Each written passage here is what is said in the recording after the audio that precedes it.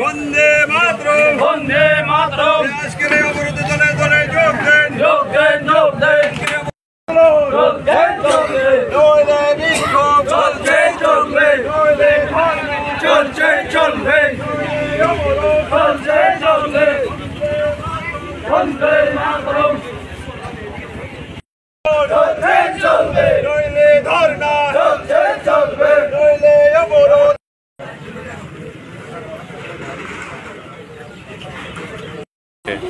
আসলে মূলত বিষয়টা হলো, আপনারা জানেন সবাই, আমাদের তিস্তার পঞ্চায়েত নির্বাচন যে 8 তারিখে নির্বাচন আপনারা দেখেছেন, সুষ্ঠুভাবে আমরা কাঠালিয়া ব্লকে নির্বাচন করেছিলাম।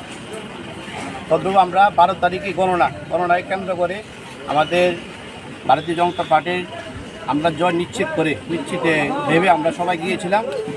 তদ্রূপ সিপিএম কংগ্রেস থেকে একদল আমাদের সোনামুড়া বিধানসভার যিনি বিধায়ক সামন্ত চক্রবর্তীর নেতৃত্বে এক দস্যু বাহিনী আমাদের ভারতীয় জনতা পার্টি কার্যকর্তার উপর হামলা করেছিল। তারা বেজি মারার জয়কে উপেক্ষা করে পরবর্তী রেজাল্টের চিন্তা ভাবনা না করে আমাদের ভারতীয় জনতা পার্টির কার্যকর্তার উপরে নির্মমভাবে অত্যাচার করেছিল।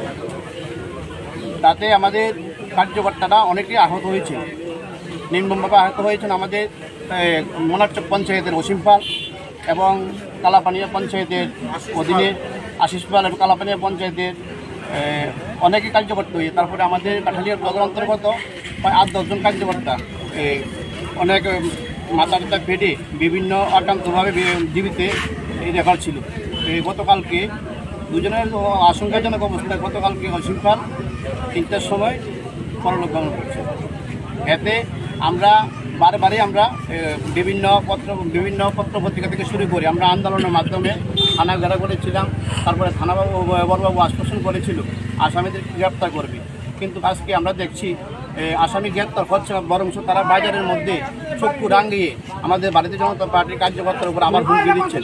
তাই আমরা চাই না ভারতীয় জনতা পার্টির কার্যকর্তারা আমরা লাঠি নিয়ে আমরা মারপিট করতে আমরা চাই সুষ্ঠু বিচার হোক। আমাদের অসীম পাল যে নির্মমভাবে হত্যা করেছে এই আসামিকে 24 ঘন্টার মধ্যে অবিলম্বে গ্রেপ্তার করতে হবে, সেই জন্য আমরা বিক্ষোভ করেছি।